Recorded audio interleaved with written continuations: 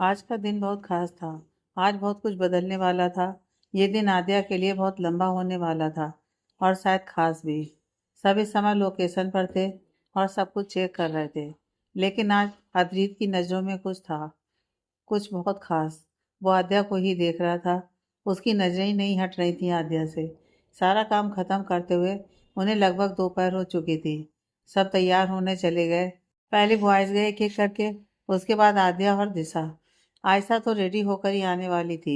आज भी आद्या ने अद्रित को इग्नोर ही किया, जैसे वो पिछले कई दिनों से करती आ रही थी। लेकिन आज अद्रित ने गुस्सा नहीं किया, बल्कि ऐसा लग रहा था जैसे उसने कुछ सोच रखा हो। एंट्रेंस पर अद्रित गार्ड्स को कुछ समझा रहा था और अंदर आर्यन और आयुष मिलकर सारी चेकिंग वगैरह देख रहे थे, क्योंकि कॉन्सर्ट बस शुरू ही होने वाला था।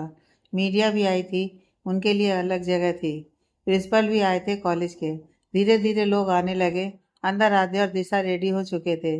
दोनों बाहर आईं। तभी अचानक से आद्या को याद आया कि वो अपना फ़ोन वहीं भूल गई है।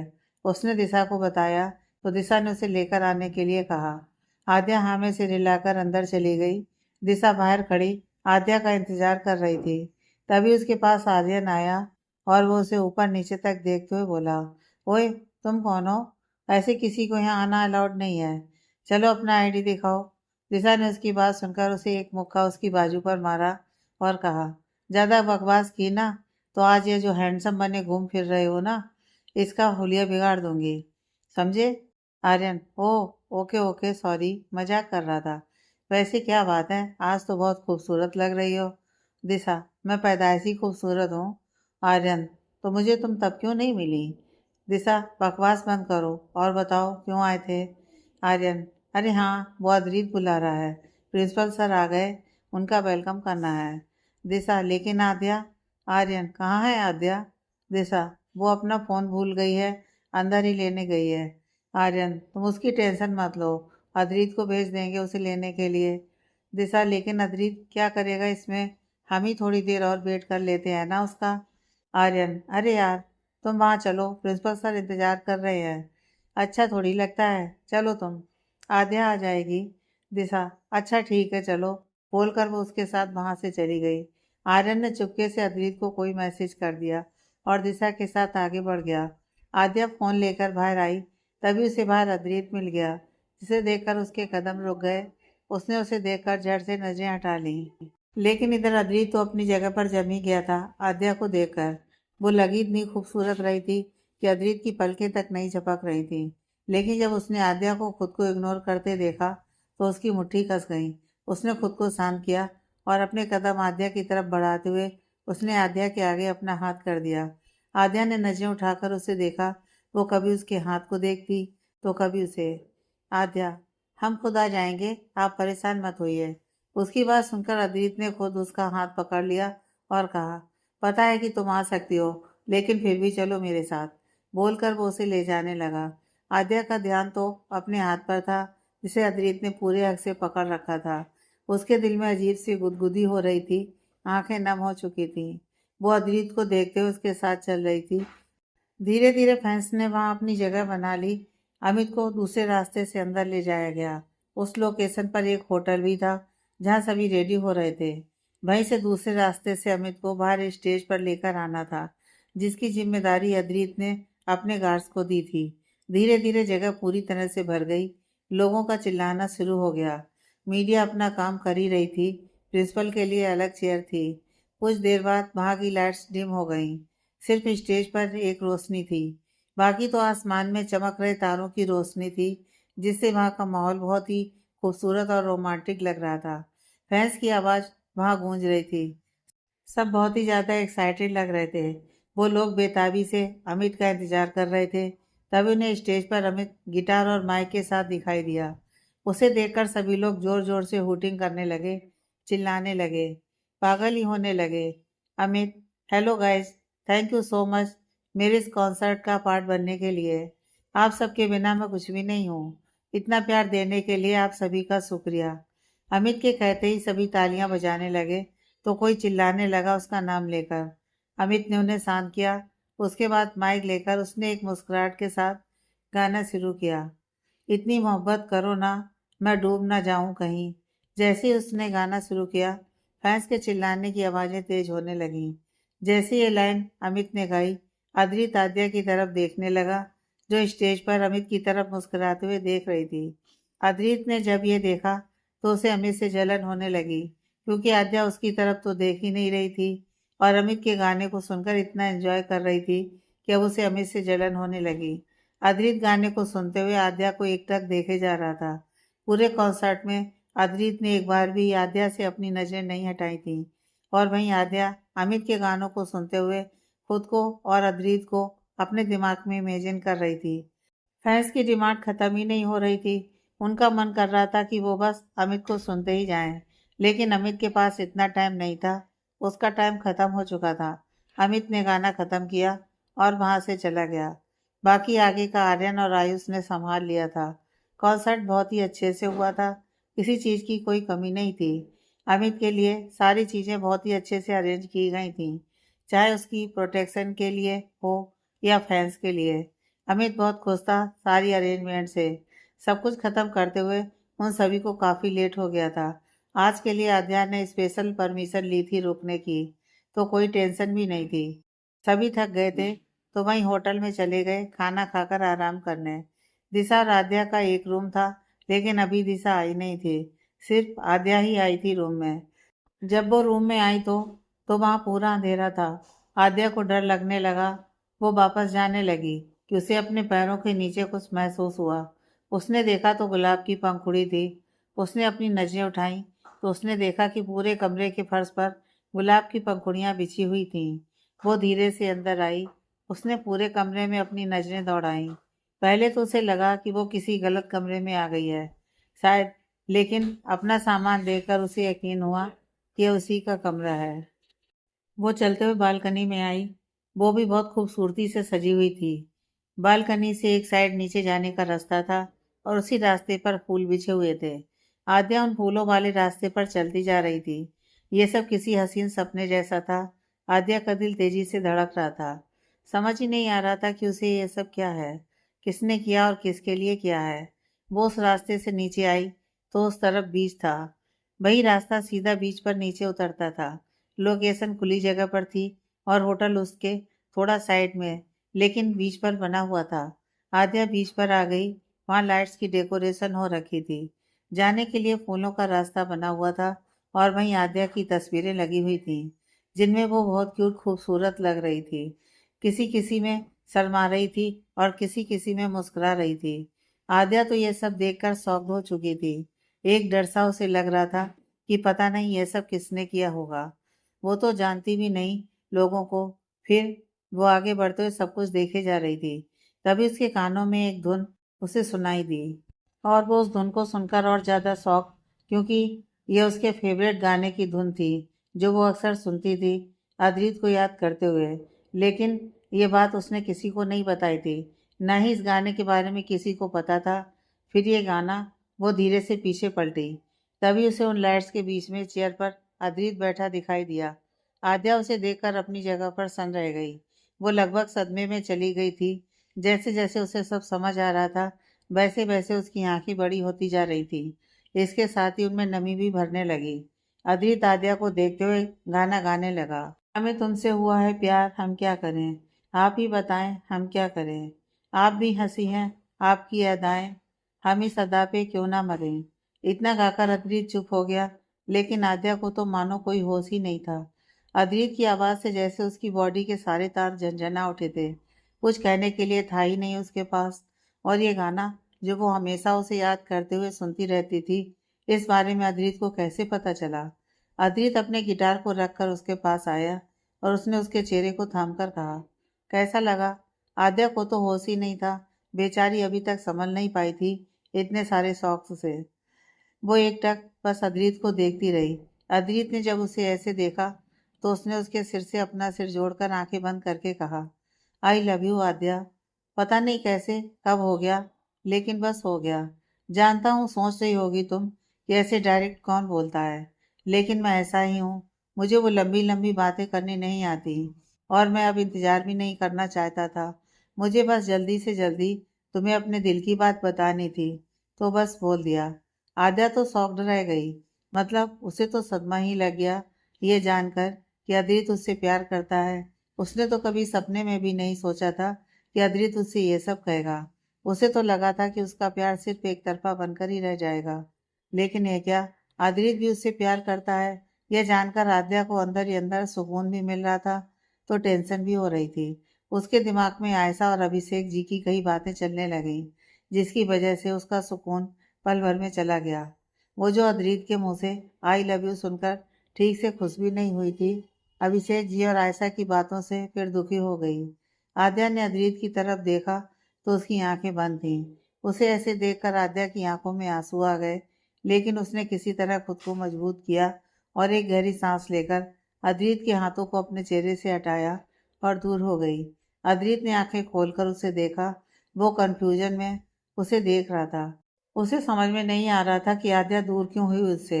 अद्रित ने अपने कदम आद्या की तरफ बढ़ाते हुए कहा, आद्या क्या हुआ तुम? आद्या ने अपनी पलकें झुकाते हुए कहा, वहीं रुक जाइए, हमारे पास मत आइएगा। ये सब आप क्या कर रहे हैं और क्यों कर रहे हैं हमसे? अद्रित, ये कैसा सवाल हुआ? मैंने कहा ना मैं तुमसे प्यार करता हूँ, तो तुमसे ही कहूँगा ना। आद्या, लेकिन ऐसा कैसे हो सकता है? अद्रित, क्यों नहीं हो सकता? आद्या, नहीं हो सकता बस। आप हमसे प्यार कैसे कर सकते हैं? आप तो। अदित ने उसे घूरते हुए कहा, आगे बोलो, मैं तो क्या? आद्या, हमें नहीं पता वो सब। हम बस इतना जानते हैं ये सब ठीक नहीं है। आपने जो भी हमसे कहा वो सब भूल जाइए। आद्या की बात सुनकर अद्रित हैरान हो गया। उसे गुस्सा आने लगा। वो आद्या के पास आया और उसकी बाह पकड़कर बोला, ये तुम क्या कह रही हो? तुम्हें समझ आ रहा है ये कोई छोटी बात नहीं है। मैं तुमसे प्यार करता हूँ और तुम मुझे भूल जाने के लिए कह रही हो? क्यों? क्या तुम मुझसे प्यार नहीं करती? देखो इधर मेरी तरफ, मेरी आंखों में देख कर कहो कि तुम मुझसे प्यार नहीं करती। आद्या ने उसकी आंखों में देखा, लेकिन वो ज्यादा देर उसकी आंखों में देख नहीं पाई और उसकी पलकें झुक गईं। अदरीस, कुछ तो कहो। तुम्हारी आंखें और तुम्हारी झुकी पलकें बहुत कुछ कह रही हैं, लेकिन मुझे तुम्हारी जुबान से सुनना है। आद्या, हमें कुछ नहीं कहना, छोड़िए हमें। अदरीत, नहीं, पहले मुझे बताओ कि तुम मुझसे प्यार करती हो या नहीं। आद्या ने उसकी तरफ देखा और खुद को संभाल कर हिम्मत देते हुए कहा, नहीं। उसका जवाब सुनकर अद्रित ने उसका हाथ छोड़ दिया। अद्रित, झूठ बोल रही हो तुम। मैंने देखा है तुम्हारी आंखों में। भले ही मुझे न पता चला हो, लेकिन मेरे दिल को पता चला है तुम्हारे एहसासों के बारे में। तुम उन्हें इस तरह झुठला नहीं सकती। अद्रित आद्या के पास आया और बोला, झूठ क्यों बोल रही हो? बताओ मुझे, अगर कोई प्रॉब्लम है तो। आद्या, हमें कोई प्रॉब्लम नहीं है, बस हम आपसे प्यार नहीं करते। अद्रित, झूठ झूठ है ये। तुम्हारी आंखें तुम्हारी जुबान का साथ नहीं दे रही हैं। आद्या। उसकी बात सुनकर आद्या अपनी नजर चुराने लगी, जिसे देखकर अद्रित मुस्कुरा उठा। उसने अपने कदम पीछे मेन रोड की तरफ लेने शुरू कर दिए। वो आद्या को देखते हुए पीछे चलता जा रहा था। आद्या ने जब नजरें उठाकर अद्रित को पीछे जाते देखा, तो कुछ सोचते ही उसकी आंखें बाहर आ गईं और उसने अद्रित को रोकने के लिए कहा, अद्रित जी, ये आप वहाँ क्यों जा रहे हैं? रुक जाइए प्लीज। लेकिन अद्रित सिर्फ आद्या को देखते हुए उल्टा पीछे जा रहा था। आद्या, आप सुन नहीं रहे क्या? हमने कहा रुक जाइए, रोड की तरफ मत जाइए। अद्रित, नहीं आद्या, आज मैं नहीं रुकूंगा। या तो तुम मुझसे सच कहोगी या फिर मैं हमेशा के लिए इस दुनिया से चला जाऊंगा। आद्या, नहीं प्लीज, ऐसा मत कीजिए, हम सच कह रहे हैं। अद्रित, तो फिर मुझे क्यों नहीं महसूस होता कि तुम सच कह रही हो? क्यों मुझे तुम्हारी आंखों में कुछ और दिखता है जो तुम्हारी जुबान पर नहीं है? आद्या ने कुछ नहीं कहा, वो बस रो रही थी। अदित पीछे जाते हुए मेन रोड पर आ गया था। दूसरी तरफ से एक कार आ रही थी। अदित सिर्फ आद्या को ही देख रहा था और आद्या रोते हुए डरते हुए उसे देख रही थी। तभी उसकी नज़र कार की तरफ गई जो अदित की तरफ बढ़ रही थी, जिसे देखकर आद्या की आंखें बड़ी हो गईं और वो और ज्यादा डर गई। उसने अपने कदम अदित की तरफ बढ़ा दिए। वो उसे रोकते हुए हटने का बोल रही थी, लेकिन न जाने आज अद्रित पर कौन सा भूत सवार था कि वो आद्या की बात सुन ही नहीं रहा था। अब आद्या का इतने कम समय में उसके पास पहुंचना लगभग नामुमकिन था, क्योंकि कार की स्पीड तेज थी। जब आद्या ने देखा कि अद्रित उसकी नहीं सुन रहा था, तो उसने अपनी आंखें बंद करके कहा, सॉरी पापा, लेकिन हमारे पास और कोई रास्ता नहीं है। प्लीज माफ कर दीजिएगा। उसने अपनी आंखें खोली और अद्रित की तरफ देखा और जोर से चिल्लाकर कहा, आई लव यू अद्रित जी। जैसे ही ये शब्द अद्रित के कानों में पड़े, उसने आद्या की तरफ देखा। आद्या रोते हुए उसे ही देख रही थी। उसने चिल्लाते हुए कहा, अद्रित जी, हटिए वहां से प्लीज। कहते हुए वो रोते हुए नीचे बैठ गई और उसे ऐसे देखकर अद्रित तुरंत उसकी तरफ भागा और उसके जस्ट जाते ही कार क्रॉस कर गई उसे। एक मिनट भी अगर अद्रित रुकता तो कार उसे टक्कर मार देती। अद्रित आद्या की तरफ आया और नीचे बैठकर उसका चेहरा अपनी तरफ करके बोला, आद्या तुम ठीक हो ना? आद्या ने अद्रित की तरफ देखा।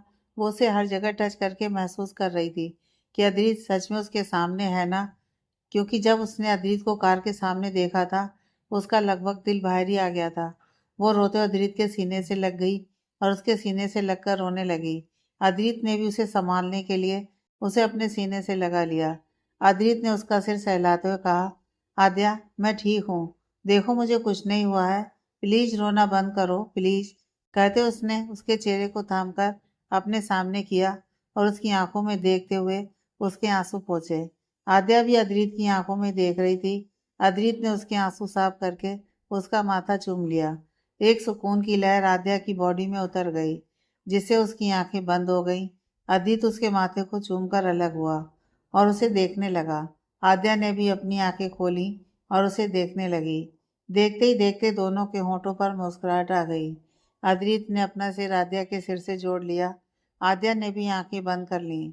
अद्रित ने वैसे ही कहा, आद्या एक बार फिर कहो ना, जो तुमने उस टाइम कहा था, मुझे तुम्हारे मुंह से सुनना है प्लीज। आद्या ने आंखें खोलकर अद्रित की तरफ देखा और नम हुई आंखों के साथ कहा, आई आई लव यू अद्रित जी। उसके मुंह से कन्फेक्शन सुनकर अद्रित मुस्कुरा उठा। उसने एक बार फिर आद्या का माथा चूम लिया और कहा, thank you Aadya, thank you so much मेरी लाइफ में आने के लिए। आद्या उसकी तरफ देखते हुए उसकी बातें सुन रही थी, लेकिन उसे अंदर ही अंदर डर भी था। आद्या और अद्रित एक दूसरे के गले लगे नीचे बैठे थे। कुछ देर ऐसे ही एक दूसरे को महसूस करके वो अलग हुए। अद्रित ने अच्छे से आद्या का चेहरा साफ किया और उसकी तरफ अपना हाथ बढ़ाया। आद्या ने अद्रित की तरफ देखा, फिर उसके हाथ की तरफ। उसने मुस्कुराते हुए अपना हाथ अद्रित के हाथ में दे दिया। आद्या की आंखों में नमी थी, जो उसने कभी नहीं सोचा था कि अद्रित को उससे प्यार भी होगा। वो आज हो रहा था। वो सब कुछ इतनी खूबसूरती से कि वो यकीन नहीं कर पा रही थी। वो अद्रित का हाथ पकड़े उसे देखते हुए उसके साथ चल रही थी। खाना तो उन्होंने खा ही लिया था कंसर्ट में। अद्रित आद्या को लेकर बीच पर आ गया और पानी की लहरों के थोड़ा करीब बैठ गया। उसने आद्या को भी अपने पास बैठा लिया। आद्या उसे देखते हुए उसके करीब बैठ गई। अद्रित ने उसे देखा, फिर उसके हाथ की उंगलियों को अपने हाथ में फंसाकर उसे अपनी गोद में रख लिया। आद्या का दिल धड़क उठा। यह सच में किसी सपने जैसा था। अद्रित की इतनी नज़दीकी उसने कभी सपने में भी नहीं सोची थी। अद्रित ने आद्या का सिर अपने कंधे पर रख लिया और सामने देखने लगा। आद्या को भी बहुत सुकून मिल रहा था। वो बता नहीं सकती थी कि इस समय उसे क्या महसूस हो रहा था। अंदर से वो कितनी खुश थी। वो बस इस पल को जी लेना चाहती थी।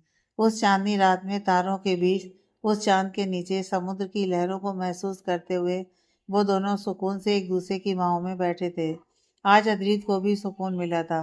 आद्या के इग्नोर करने से उसे अपने प्यार का एहसास हुआ कि आद्या उसके लिए कितनी ज़रूरी है, क्या मायने रखती है। कुछ देर बाद वहाँ ठंडी हवा चलने लगी। अद्रित ने आद्या की तरफ देखा, जो उसके कंधे पर सिर रखे ही सो गई थी, और वो सोते हुए इतनी प्यारी और मासूम लग रही थी कि क्या ही बताएं। अद्रित तो उसकी मासूमियत में खो ही गया था। उसने धीरे से और आराम से आद्या को गोद में उठाया और वहां से होटल के अंदर की तरफ कदम बढ़ा दिए। वो आद्या के चेहरे को देखते हुए अंदर जा रहा था। वहीं आद्या ने अपना सिर अद्रित के सीने से लगा रखा था। उसे ऐसे गर्माहट मिल रही थी। अद्रित उसे अंदर लेकर आया। वो उसे उसी कमरे में लेकर आया जिसमें उसने सजावट करवाई थी। कमरे के अंदर आकर उसने देखा, कमरा अभी भी बिल्कुल वैसा का वैसा ही था। उसने आद्या को धीरे से बिस्तर पर लिटाया और उसे कंबल उड़ा दिया।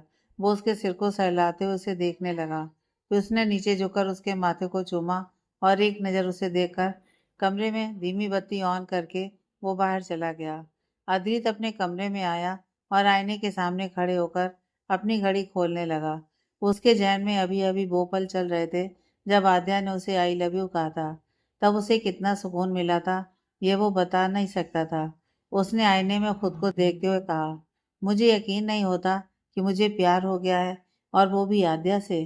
कितनी कोशिश की कि मैं तुमसे नफरत करूं, लेकिन नहीं हो पाया। कब तुम इस दिल में इस कदर बसी, पता ही नहीं चला। कहते हुए वो कुछ सोचने लगा। उसके होंठों पर एक प्यारी सी मुस्कान थी, एक चमक थी उसके चेहरे पर जो शायद आद्या के प्यार की थी। उसने कपड़े बदले और फिर बिस्तर पर गिर गया। आंखें बंद करते ही आद्या का चेहरा घूमने लगा, जिसे महसूस करके वो गहरी नींद में चला गया। अगली सुबह आद्या उठी। वो आंख मसलती हुई उठकर बैठी। उसने अपनी आंखें खोली तो उसकी नज़र पूरे कमरे पर गई थी। पूरा कमरा साफ था, वहाँ कुछ भी नहीं था, ऐसा जैसा कल रात था। आद्या ने खुद को देखा तो वो अभी तक साड़ी में ही थी। वो बिस्तर से उठी और बालकनी में आई। वहाँ भी कुछ नहीं था, सब कुछ साफ हो चुका था। ये सब देखकर आद्या को लगा कि उसने कोई हसीन सपना देखा था कल रात, जो अब उसकी नींद खुलते ही टूट चुका है। ये सोचते ही आद्या की आंखें नम हो गईं। वो उदास चेहरे के साथ वापस कमरे में आई। तभी उसके कमरे की घंटी बजी। उसने एक गहरी सांस ली और दरवाजे की तरफ बढ़ गई। उसने दरवाजा खोला तो सामने वेटर खड़ा था, चाय के साथ। आद्या कंफ्यूज हो गई उसे देखकर। आद्या, भैया ये सब हमने नहीं मंगवाया। बेटर, ये आपका ही ऑर्डर है, आपके ही नाम से भेजा है। आद्या, भेजा है? किसने? बेटर, मिस्टर अद्रित ने। अद्रित ने उसके लिए चाय भेजी है? ये जानकर आद्या हैरान और खुश दोनों थी। उसने बेटर को रास्ता दिया तो बेटर ने चाय की ट्रे अंदर टेबल पर रख दी।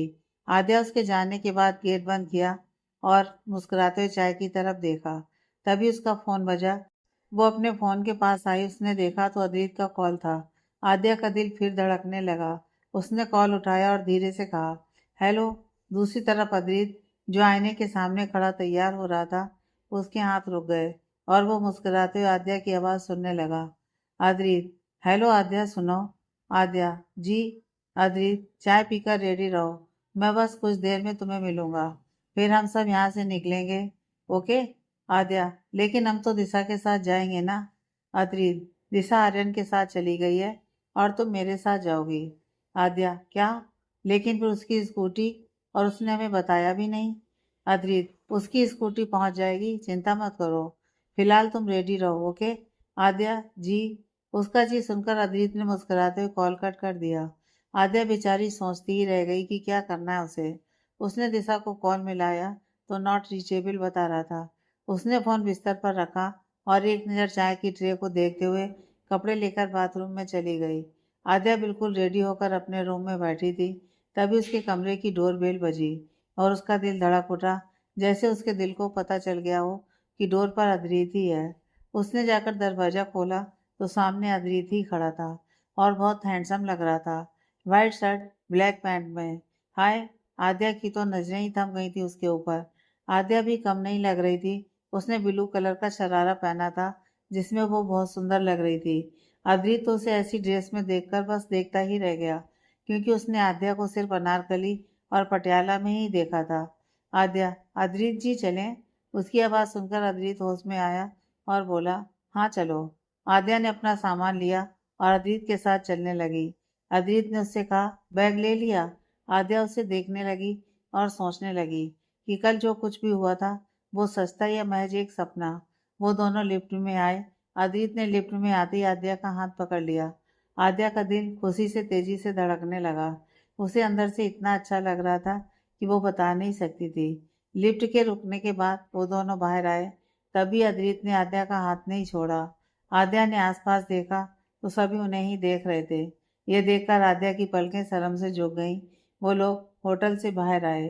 कार के पास पहुंचकर अद्रित ने डिक्की में आद्या का सामान रखा, फिर आगे आकर उसके लिए पैसेंजर सीट का दरवाज़ा खोला। आद्या झुकी नज़रों के साथ ही अंदर बैठ गई। अद्रित भी दूसरी तरफ से आकर ड्राइविंग सीट पर बैठ गया। उसने एक नज़र आद्या को देखा, आद्या ने उसकी तरफ। अद्रित उसकी आंखों में देखते हुए ही उसकी तरफ झुका, जिसे देखकर आद्या की सांसें ही अटक गईं। वो हैरानी से अद्रित को देखने लगी।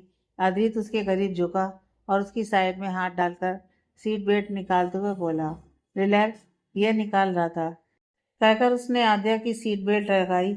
उसकी बात सुनकर आद्या झेप गई और खिड़की से बाहर देखने लगी। अद्रित उसे ऐसे देखकर मुस्कुराने लगा। अद्रित ने कार स्टार्ट की और उसे सड़क पर दौड़ा दिया। आद्या बाहर देखते हुए मौसम का मजा ले रही थी। वैसे भी आज मौसम बहुत अच्छा था।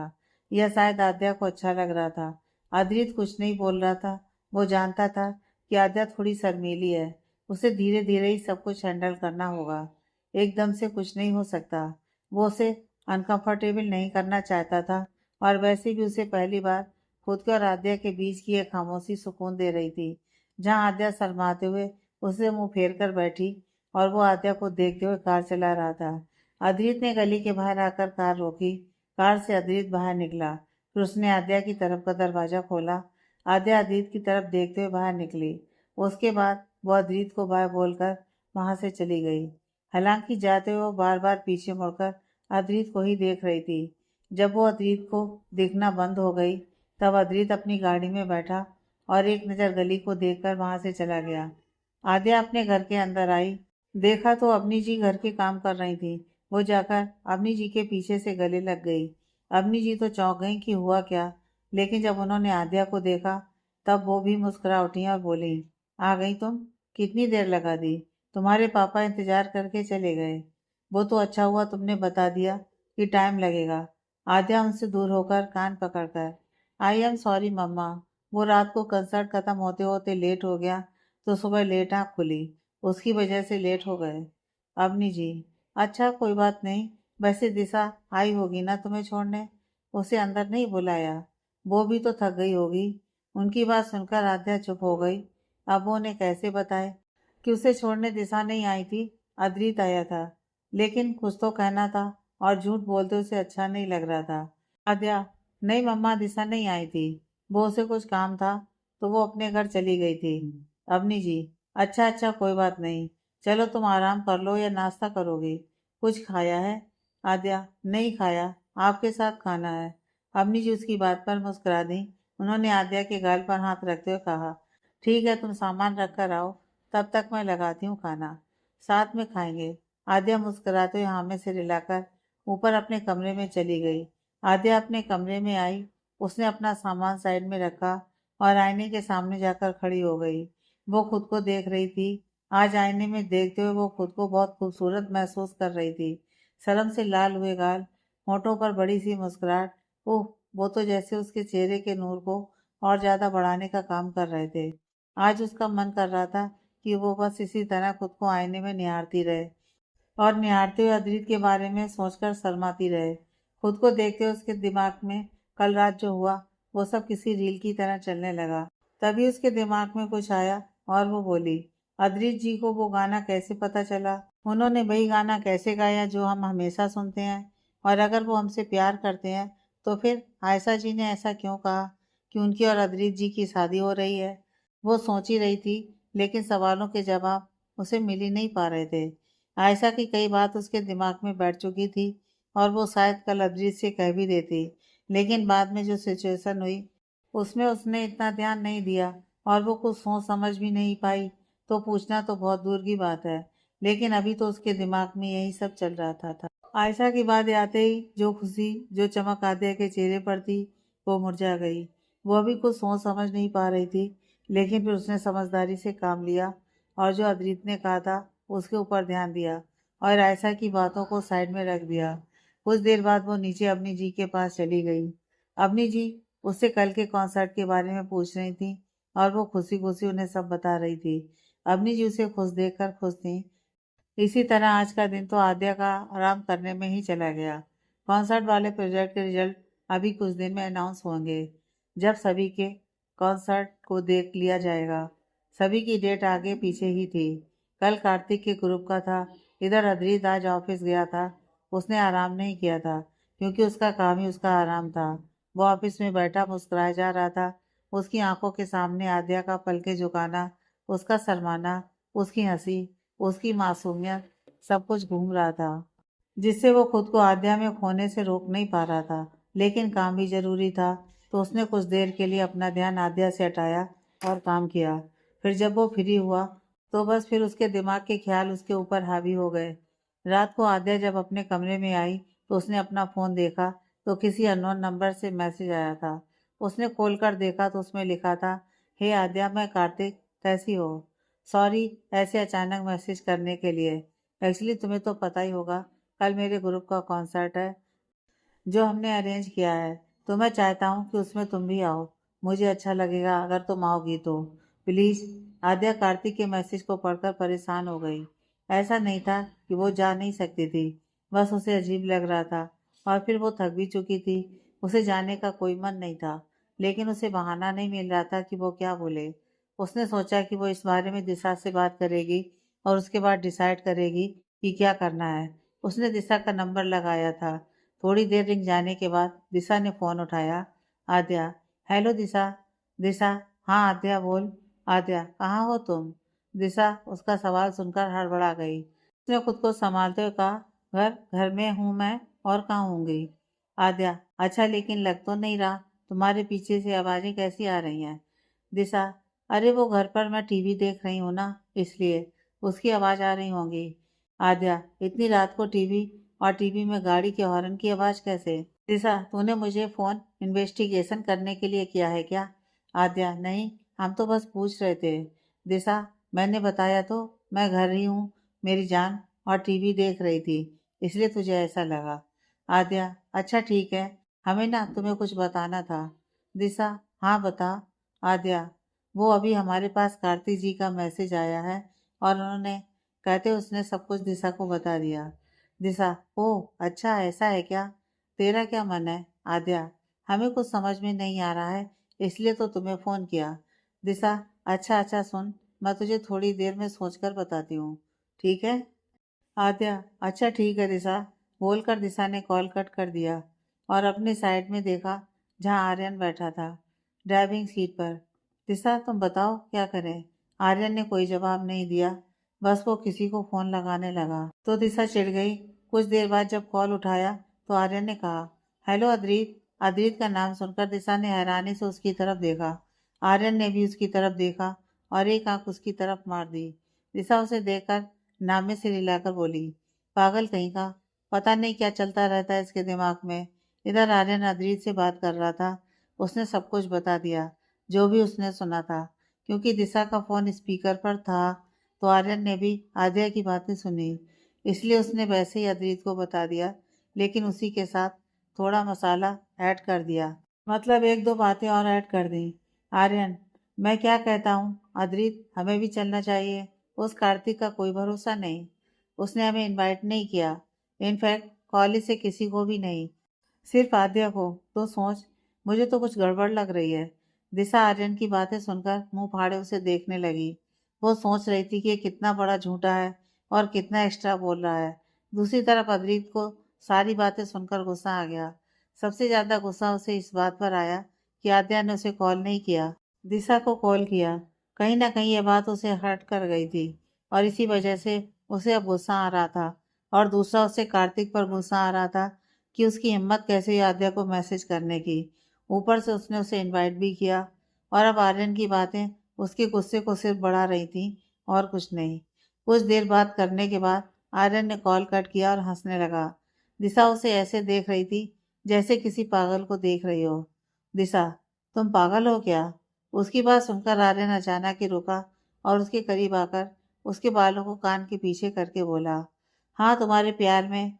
दिशा तो चौंकी गई उसके अचानक से करीब आने से। वो अपनी आंखों को बड़ी बड़ी करके उसे देखने लगी।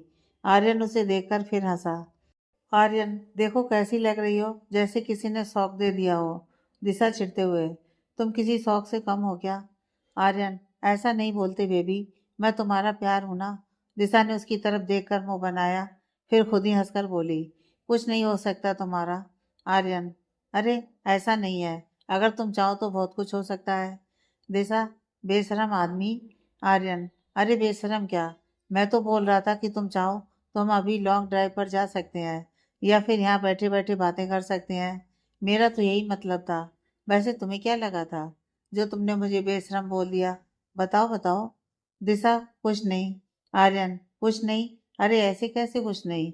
फिर थोड़ा रुककर अपनी आंखें बड़ी करके बोला, कहीं तुमने कुछ ऐसा वैसा तो नहीं सोच लिया? हे भगवान, मेरी बेबी बेशरम हो गई। अब मेरा क्या होगा? बताओ कैसा कैसा सोच रही है। वैसे ये ख्याल सिर्फ मेरे पास होने से आते हैं, या फिर आर्यन दिशा को छेड़े जा रहा था और दिशा उससे चिढ़ते जा रही थी, जिसे देखकर आर्यन को बहुत मजा आ रहा था। अद्रित ने आद्या को कॉल किया। आद्या अद्रित को कॉल देखकर शर्मा गई। उसके होंठों पर मुस्कुराहट आ गई। उसने फोन उठाया और धीरे से कहा, हेलो अद्रित, ये सब क्या है आद्या? तुमने मुझे बताया क्यों नहीं कि कार्तिक का मैसेज आया है तुम्हारे पास? आद्या तो उसकी बात सुनकर हैरान थी कि अद्रित को कैसे पता चला इस बारे में। अब वो क्या बोले उसे, वो समझ में नहीं आ रहा था, क्योंकि अद्रित को बताना भी है, ये तो उसके दिमाग में आया ही नहीं था। अद्रित, आद्या बोलो। आद्या, वो हमें पता ही नहीं था कि आपको बताना है, हमें माफ़ कर दीजिए। अद्रित, तुम्हें मुझे सब कुछ बताना है, कुछ भी नहीं छिपाना है, ओके?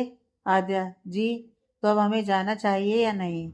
अद्रित, तुम मेरे साथ चलना, मेरा मतलब मैं तुम्हें तुम्हारे घर की गली के बाहर से ले लूँगा, तुम आ जाना। आद्या कुछ सोचते हुए, फिर दिशा, अद्रित, वो आ जाएगी, तुम आ जाना कल। आद्या, जी ठीक है। उसके बाद अद्रित ने कॉल कट कर दिया और कुछ सोचने लगा। इधर आद्या खुश थी कि वो कल अद्रित के साथ जाएगी और यही सोचते हुए वो सो गई। अगली सुबह आद्या अद्रित की कार में बैठी थी। अद्रित उसे देख रहा था। उसने गियर पर से आद्या का हाथ थाम रखा था। आद्या की नजरें झुकी हुई थीं और उसे अद्रित के ऐसे देखने से शर्म आ रही थी। अद्रित ने आद्या का हाथ अपने हाथ में लिया और उसे धीरे से अपने होठों से लगाकर कहा, बहुत खूबसूरत लग रही हो जान। अद्रित के जान कहने से आद्या का दिल धड़क उठा। उसने अद्रित की तरफ देखा, जो उसे ही देख रहा था। ये देखकर उसने फिर नजरें झुका लीं। अद्रित उसे देख मुस्कुरा दिया। उसने गाड़ी स्टार्ट की और उसे सड़क पर दौड़ा दिया। आद्या खिड़की से बाहर देख रही थी और अद्रित बीच बीच में उसे देख रहा था। तभी अद्रित ने मोड़ लिया और गाड़ी को दूसरी तरफ घुमा दिया। आद्या ने देखा तो कहा, ये आपने गाड़ी क्यों घुमाई है? कार्तिक जी का कार्यक्रम तो। वो आगे कुछ कहती कि अद्रित उसके होंठों पर उंगली रखते हुए बोला, चुप, हम कार्तिक के कार्यक्रम में नहीं जा रहे हैं, कहीं और जा रहे हैं। आद्या, क्या? लेकिन क्यों? अद्रित, जान, क्या तुम्हें मेरे ऊपर विश्वास नहीं है? उसकी बात पर आद्या चुप हो गई और उसे देखने लगी। आद्या, खुद से ज्यादा भरोसा है आपके ऊपर। अद्रित, तो बस फिर उसी विश्वास के लिए थोड़ी देर चुप रहो, तुम्हें पता चल जाएगा। हाँ कहते उसने प्यार से आद्या का गाल सहलाया। कुछ देर बाद वो लोग एक पेंट हाउस के बाहर थे, जो दिखने में बहुत ही सुंदर और अच्छा लग रहा था। आद्या पहले कभी यहाँ नहीं आई थी, तो उसे कुछ समझ में नहीं आया कि वो लोग यहाँ क्यों आए हैं। अद्रित गाड़ी से बाहर आया। उसने आद्या की तरफ आकर दरवाजा खोला और उसके आगे अपना हाथ कर दिया। आद्या ने उसे देखते हुए उसके हाथ पर अपना हाथ रख दिया। अद्रित उसे लेकर पेंट हाउस की तरफ आया, जहाँ बाहर काफी सारे फूल पौधे लगे हुए थे, जो उस जगह को खूबसूरत बना रहे थे। क्योंकि पेंट हाउस जंगल इलाके में था, इसलिए अद्रित ने सारी जगह को फूलों से भर दिया था और पीछे की तरफ समुद्र तट का नज़ारा, जहाँ से सूर्य का उगना और ढलना बहुत खूबसूरत लगता है। अद्रित आद्या को लेकर अंदर आया। हॉल में ही उन्हें आर्यन दिशा बैठे दिख गए। उन्हें देखकर आद्या बिल्कुल हैरान रह गई। वो दोनों उन दोनों के पास आए। आद्या, अगर तुम भी यहाँ थी तो फिर मुझे अपने साथ लेकर क्यों नहीं आई? आद्या की बात पर दिशा अद्रित की तरफ देखने लगी। अद्रित, मैंने मना किया था उसे। आद्या, क्या लेकिन? आर्यन, अरे छोड़ो ना ये अब बातें, मेन बात यह है कि अब हम सब एक जगह पर हैं। अद्रित, आयुष कहाँ है? आर्यन, वो सृष्टि से बात करने गया है। अद्रित ने आमे से हिलाया। उसके बाद वो चारों वहीं बैठ गए। आद्या, हमें यहाँ क्यों लेकर आए हैं? सब यहाँ क्या कर रहे हैं? दिशा, अरे ये अद्रित का विचार था कि सब लोग एक साथ रहकर मजे करें। आद्या ने उसकी बात पर अद्रित को देखा, जो आर्यन से कुछ बात कर रहा था। आद्या, लेकिन फिर कार्तिक जी का कार्यक्रम, उसका क्या होगा? उन्हें बुरा लगेगा ना? भले ही अद्रित आर्यन से बात कर रहा था, लेकिन उसका ध्यान नादिया की तरफ ही था और उसकी बात सुनकर अद्रित ने गुस्से से मुट्ठी कस ली। अद्रित, तुम्हें उसके बारे में सोचने की जरूरत नहीं है, ठीक है? आद्या अभी कुछ कहती कि इतने में आयुष सभी के पास आकर बोला, हेलो एवरीवन, आ गए तुम दोनों? अद्रित, हाँ। आयुष, तो अब बता क्या योजना है? देख, कुछ भी कहने से पहले मेरी बात सुन, और मैं जा रहा हूँ थोड़ी देर में, क्योंकि षष्ठी आ रही है तो मुझे उससे मिलना है। अद्रित, मुझे पता है और मैं यही कहने वाला था तुझसे, लेकिन तू उससे मिलने के बाद उसे यहीं लेकर आएगा। आयुष, ओके, मैं चलता हूँ, बाय एवरीवन बोलकर वो वहां से चला गया। आर्यन और दिशा एक दूसरे की तरफ देखने लगे। वो कभी एक दूसरे को देखते तो कभी अद्रित और आद्या को। दिशा, मेरे पास एक विचार है।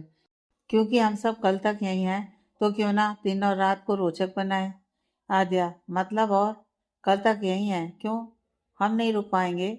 दिशा, अरे तू चिंता मत कर, तेरी तरफ से अनुमति मैंने मांग ली है। आद्या हैरानी से दिशा को देखते हुए, क्या? तुमने कब और क्यों? आर्यन, क्या क्यों आद्या? हम सब यहाँ इसलिए मिले हैं ताकि मजे कर सकें, थोड़ा आनंद ले सकें। एक बार कार्यक्रम का नतीजा आ गया तो फिर सब फिर से व्यस्त हो जाएंगे। दिशा, और नहीं तो क्या? आद्या कुछ सोचते हुए, ठीक है। आर्यन, ओए तू क्या फोन में घुसा हुआ है, कुछ बोल। आदित्य ने अपनी नजरें उठाई तो उसकी नजरें आद्या से जा टकराईं और यह महसूस होते ही आद्या के बदन में झुरझुरी उठ गई। उसने तुरंत अद्रित से अपनी नजरें चुराई, जिस पर अद्रित को बहुत प्यार आया। अद्रित, जैसा तुम लोगों को ठीक लगे वैसा करो। अद्रित की बात पर आद्या उसे देखने लगी। दिशा, ठीक है, फिर मैं और आर्यन जाकर सामान लेकर आते हैं। आर्यन, हाँ हाँ चलो चलो, बोलकर वो उठा और दिशा को लेकर वहां से चला गया। अब वहां सिर्फ आद्या और अद्रित ही बचे थे। अद्रित उठकर आद्या के पास आया और उसने अपना हाथ उसकी तरफ बढ़ाते हुए कहा, आओ तुम्हें कुछ दिखाता हूँ। आद्या ने अपना सिर उठाकर उसकी तरफ देखा, फिर उसने अपना हाथ उसके हाथ पर रख दिया और उठ खड़ी हुई। अद्रित उसे लेकर आगे बढ़ गया। उसने मजबूती से आद्या के हाथ को अपने हाथ में थाम रखा था और ये आद्या को बहुत अच्छा लग रहा था। आद्या मुस्कुराते हुए अद्रित को देखते हुए चल रही थी। अद्रित उसे ऊपर वाले फ्लोर पर लेकर गया और एक कमरे के सामने जाकर उसने दरवाजा खोला। वो साइड हट गया और उसने आद्या को अंदर जाने का इशारा किया। आद्या ने अद्रित की तरफ देखा, फिर अपने कदम कमरे के अंदर की तरफ बढ़ा दिए। जैसे उसने अपना पहला कदम रखा, वो कमरा लाइट की रोशनी से जगमगा उठा। एक बार को तो आद्या की आंखें कुछ सेकंड के लिए बंद हो गईं। उसने धीरे से अपनी आंखें खोली और देखा, पूरा कमरा बहुत ही अच्छा लग रहा था। अद्रित आद्या को लेकर बालकनी में आया, जहाँ से बीच का व्यू नजर आता है। आद्या उस व्यू को देखकर खुश हो गई। वो सच में बहुत खूबसूरत लग रहा था। आद्या व्यू देख रही थी और अद्रित रेलिंग से टिककर उसे, आद्या ऐसे क्या देख रहे हैं आप? अद्रित, देख रहा हूँ कि तुम मुझे कैसे मिल गई, यकीन नहीं हो रहा। उसकी बात पर आद्या शर्मा गई। अद्रित, चलो तुम्हें पूरा घर दिखाता हूँ। आद्या ने खुशी से हाँ में सिर हिलाया तो अद्रित ने उसका हाथ पकड़ लिया और उसे लेकर अंदर कमरे में आया। अद्रित, ये मेरा कमरा है और मैंने ये व्यू सिर्फ मेरे कमरे से ही इतना अच्छा दिखता है। आद्या ने एक नज़र अद्रित को देखा, फिर वो पूरे कमरे में अपनी नज़रें घुमाकर उसे देखने लगी। वो बहुत बारीकी से कमरे के डिजाइन्स, वहाँ लगी फोटो, हर एक चीज को बहुत ध्यान से देख रही थी। अद्रित उसे देखते हुए बस मुस्कुराए जा रहा था। अपना कमरा दिखाने के बाद अद्रित ने उसे पूरे पेंट हाउस की सैर कराई।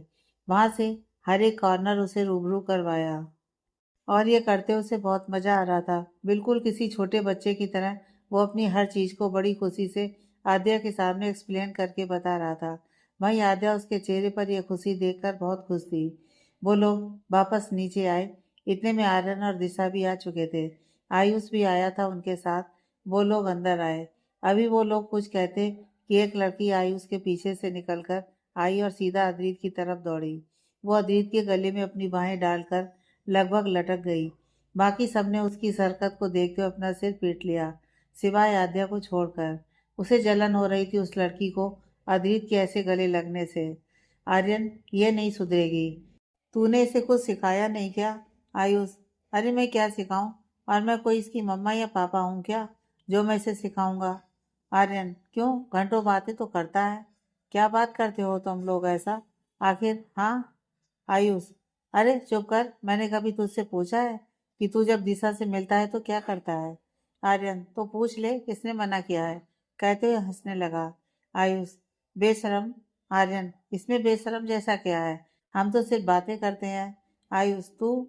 दिशा, अरे चुप करो तुम दोनों यार, और सामने देखो।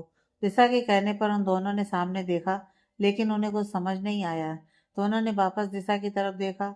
दिशा ने उन्हें देखकर अपना सिर पीट लिया और धीरे से उनकी तरफ झुकते हुए कहा, आद्या का चेहरा देखो। उसकी बात सुनकर दोनों ने वापस सामने देखा। उन्होंने आद्या का चेहरा देखा, फिर अद्रित और उस लड़की को, और ये देखकर उन दोनों को जोर से हंसी आ गई और वो दोनों जोर जोर से हंसने लगे। वहीं अद्रित ने उस लड़की को खुद से दूर किया और कहा, तुम कब सुधरोगी सृष्टि? हाँ, इस तरह कोई गले लगता है क्या? सृष्टि कान पकड़कर, सॉरी भाई, वो आपको देखते एक्साइटमेंट में ऐसा हो गया। आद्या ने जब सृष्टि के मुंह से अद्रीत के लिए भाई सुना तो उसे सुकून मिला, वरना अब तक वो तो सृष्टि को खा जाने वाली नजरों से घूर रही थी। अद्रीत ने उसके सिर पर प्यार से हाथ फेरते हुए कहा, कोई बात नहीं। सृष्टि, भाई आप लोग यहाँ क्या कर रहे हैं? यश ने भी कुछ नहीं बताया, बस सीधा यहीं ले आए। आर्यन, वो इसलिए गुड़िया क्योंकि हम सब यहाँ मस्ती करने के लिए आए थे और आज तुम आ रही थी तो सोचा कि तुम्हें भी यहीं बुला लें। सृष्टि, ओ रियली, फिर तो बहुत मजा आएगा भाई। कहते उसकी नज़र आद्या की तरफ गई। आद्या को देखकर उसकी स्माइल बड़ी हो गई। उसने आयुष की तरफ देखा तो उसने हाँ में अपना सिर हिला दिया। यह देखकर सृष्टि खुशी से आद्या की तरफ आई और उसके गले लगते हुए बोली, हेलो आद्या भाभी। आद्या उसके मुंह से अपना नाम और भाभी सुनकर हैरान रह गई। वो कभी सृष्टि को देखती तो कभी अद्रीत को। अद्रीत, सृष्टि बच्चा, पहले उसे अपना इंट्रो तो दो, तब जाकर वो आपको पहचान पाएगी ना। ऐसे सीधे गले मिलकर उसे कंफ्यूज मत करो। सृष्टि, ओ सॉरी सॉरी, सॉरी भाभी, मेरा नाम सृष्टि रायचंद है और मैं अद्रीत भाई के साथ आर्यन भाई की भी छोटी सी बहन हूँ। सृष्टि की बात सुनकर आद्या ने मुस्कुराते हुए प्यार से उसके गाल पर हाथ रखते हुए कहा, बहुत प्यारी हैं आप। सृष्टि, है ना भाभी, प्यारी हूं ना मैं। देखा देखा आप सबने। आपको पता है भाभी, ये सब मुझे अलग अलग नाम से चिढ़ाते रहते हैं। आर्यन, अरे हमने कब चिढ़ाया, बल्कि हम तो प्यार से तुझे कुछ भी बोल देते हैं। कहते हुए वो हंसने लगा और उसे हंसते देखकर सृष्टि और ज्यादा चिढ़ गई। आयुष जो आर्यन के पास खड़ा था, उसने आर्यन की पीठ पर एक मुक्का मारकर कहा, ज्यादा परेशान किया ना इसे तो देख लेना तू पिट जाएगा मुझसे। आर्यन, ओए, अपनी आशिकी बाद में दिखाना, पहले बहन है वो मेरी। आया बड़ा। उसकी बात पर सब मन ही मन मुस्कुराने लगे। वहीं सृष्टि की नज़र शर्म से झुक गई। सृष्टि के आने के बाद से माहौल बहुत ही अच्छा हो गया था। सृष्टि तो आद्या को छोड़ ही नहीं रही थी। उसे आद्या बहुत ही पसंद आई थी। अद्रीत के लिए वो तीनों अपनी ही बातों में लगी हुई थी और तीनों लड़के एक तरफ बैठे उन्हें देख रहे थे। कहाँ वो लोग यहाँ टाइम बिताने आए थे अपनी अपनी वाली के साथ, और कहाँ ये तीनों बातों में ही लग गईं। आद्या की नज़र उन तीनों की तरफ पड़ी तो उनकी शक्ल देखकर उसे मन ही मन हंसी आने लगी। आद्या, सृष्टि आपको भूख लगी है क्या? वो क्या है, हमें बहुत जोर से भूख लग रही है। सृष्टि, अरे हाँ भाभी, भूख तो मुझे भी लगी है। आद्या, तो फिर हम कुछ बनाते हैं, ठीक है? तब तक आप फ्रेश हो जाइए। सृष्टि ने खुशी से हाँ में सिर हिलाया तो आद्या मुस्कुरा दी। उसने आयुष की तरफ इशारा किया तो आयुष ने उसे आंखों से ही थैंक यू कहा। वो उठकर सृष्टि के पास आया और बोला, चलो मैं तुम्हारा सामान लेकर आता हूँ। सृष्टि, जी। उसके बाद वो दोनों वहां से चले गए। उनके जाने के बाद आर्यन बोला, बाप रे, कितनी बातें आती हैं इस छोटी सी चुईया को। मुझे तो लगा था कि आज का दिन तो गया, हमारी प्लानिंग धरी की धरी रह जाएगी। लेकिन थैंक यू आद्या, तुमने बचा लिया। उसकी बात पर आद्या और दिशा हंसने लगी। वहीं अद्रीत सिर्फ आद्या को देख रहा था। आद्या ने उसकी तरफ देखा तो शर्म से पलकें झुका ली। आद्या, हम आते हैं, बोलकर वो उठ गई। आर्यन दिशा से, चलो तुम्हें भी रूम दिखा देता हूँ मैं। दिशा ने हाँ में सिर हिलाया। उसके बाद वो आर्यन उसे लेकर चला गया। अद्रित उठा और आद्या की तरफ बढ़ गया, जो किचन ढूंढने की कोशिश कर रही थी। अद्रित ने जाकर उसका हाथ पकड़ा और कहा, चलो मैं दिखाता हूँ तुम्हें किचन, बोलकर उसे किचन की तरफ ले गया। किचन में आकर आद्या ने देखा कि वो बहुत ही सुंदर सा था। अद्रित ने आद्या की कमर पर अपने हाथ रखे और उसे अपने करीब खींचकर पीछे से बाहों में भर लिया। आद्या तो एकदम से जम गई थी अपनी जगह पर।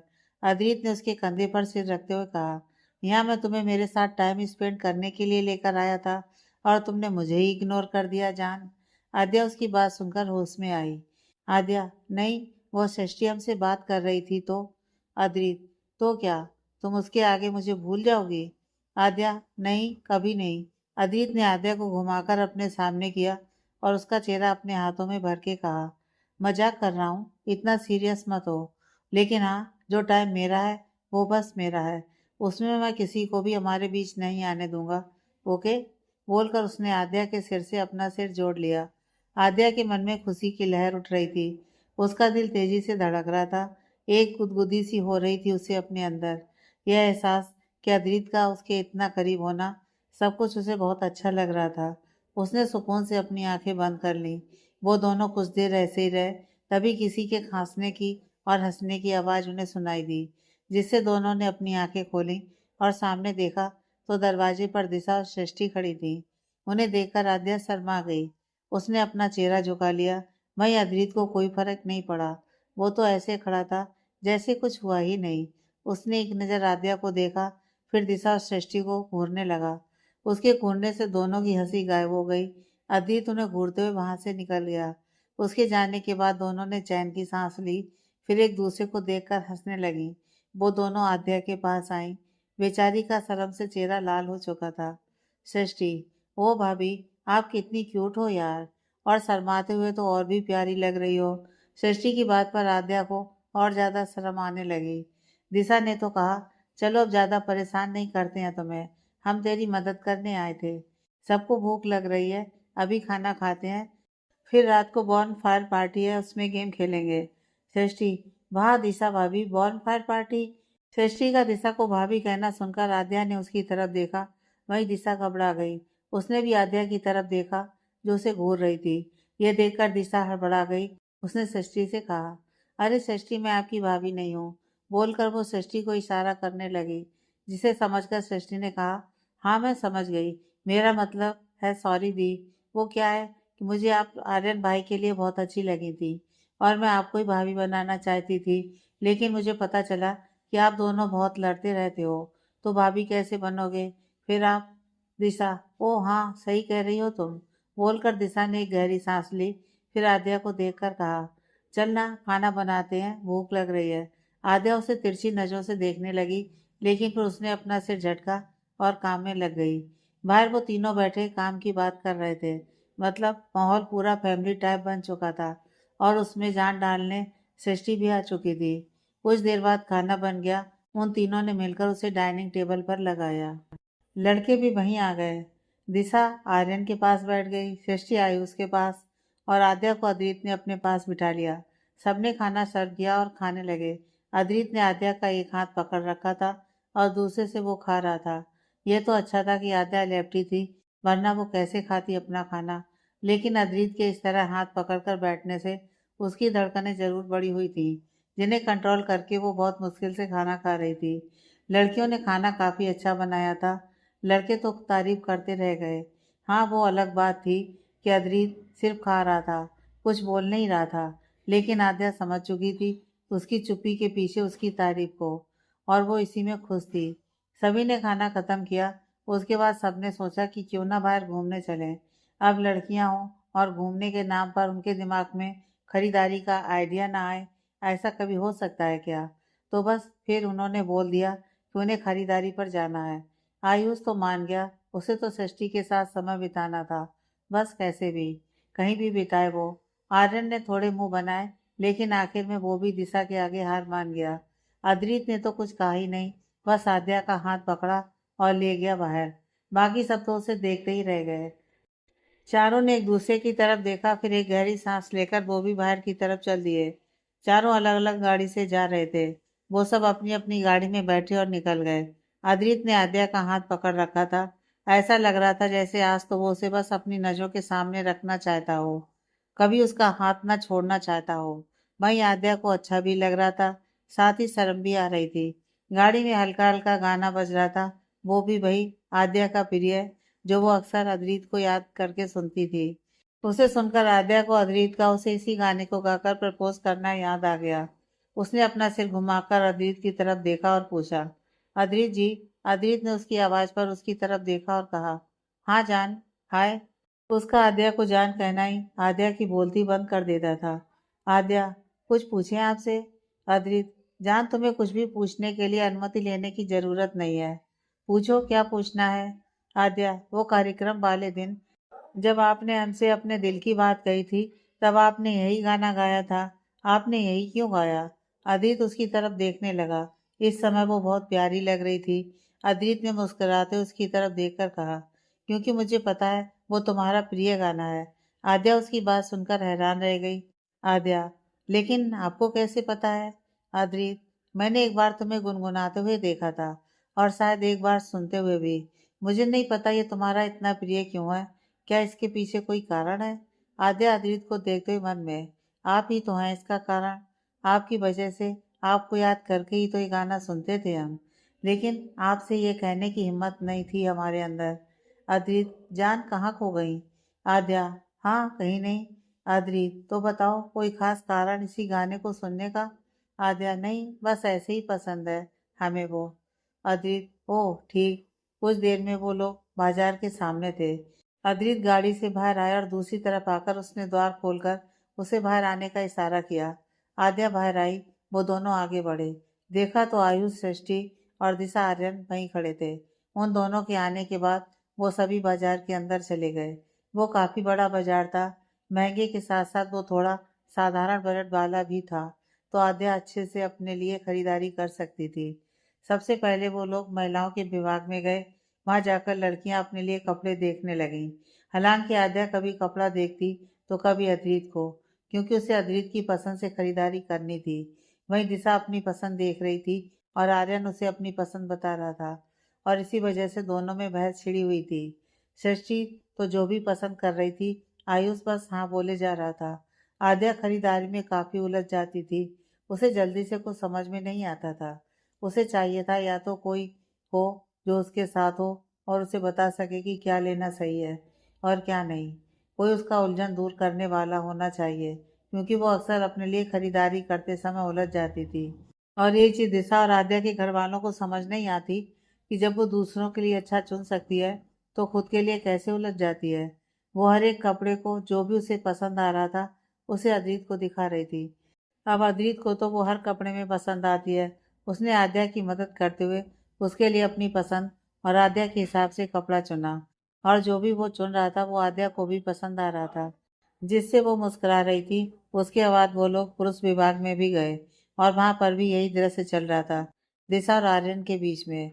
आयुष तो बस षष्ठी को अपने ऊपर लगाकर दिखा रहा था और षष्ठी चुन रही थी। अद्रित को आद्या को कुछ बोलना ही नहीं पड़ा। उसकी आंखों से ही उसकी बातें ही काफी होती थी बताने के लिए कि उन्हें क्या चाहिए एक दूसरे से। आद्या अद्रित के लिए देखने लगी। वैसे भी उसे अद्रित के लिए खरीदारी करने में बहुत खुशी मिल रही थी। इससे उसे महसूस हो रहा था कि अद्रित पर उसका हक है। इसी तरह उन्होंने अपनी खरीदारी पूरी की। कुछ और चीजें उन्हें पूरे बाजार में देखनी थी जो उन्होंने देखी। आर्यन को दिशा अपने पीछे दौड़ा रही थी। वहीं आयुष तो खुशी खुशी सृष्टि के पीछे सामान उठाकर चल रहा था। अद्रित और आद्या तो हाथ पकड़े साथ चल रहे थे, लेकिन दोनों इससे अनजान थे कि दो लोगों ने उन्हें देख लिया है। एक तो आयशा, जो इसी बाजार में अपने लिए खरीदारी करने आई थी। उसने जब अद्रित और आद्या को इस तरह हाथ पकड़े बाजार में घूमते देखा तो उसके तन मन में आग लग गई। उसे ये बिल्कुल बर्दाश्त नहीं हुआ कि आद्या अद्रित के इतने करीब है। उसे अद्रित पर भी गुस्सा आ रहा था, क्योंकि वो कई दिन से अद्रित को फ़ोन कर रही थी, लेकिन अद्रित उसका फ़ोन नहीं उठा रहा था। और अब यहाँ उसे आद्या के साथ इस तरह देखकर उसका खून खौल रहा था। उसका मन तो कर रहा था कि अभी जाकर आद्या को अद्रित से दूर कर दे और आद्या को खूब सुनाए। आगे की कहानी नेक्स्ट पार्ट में।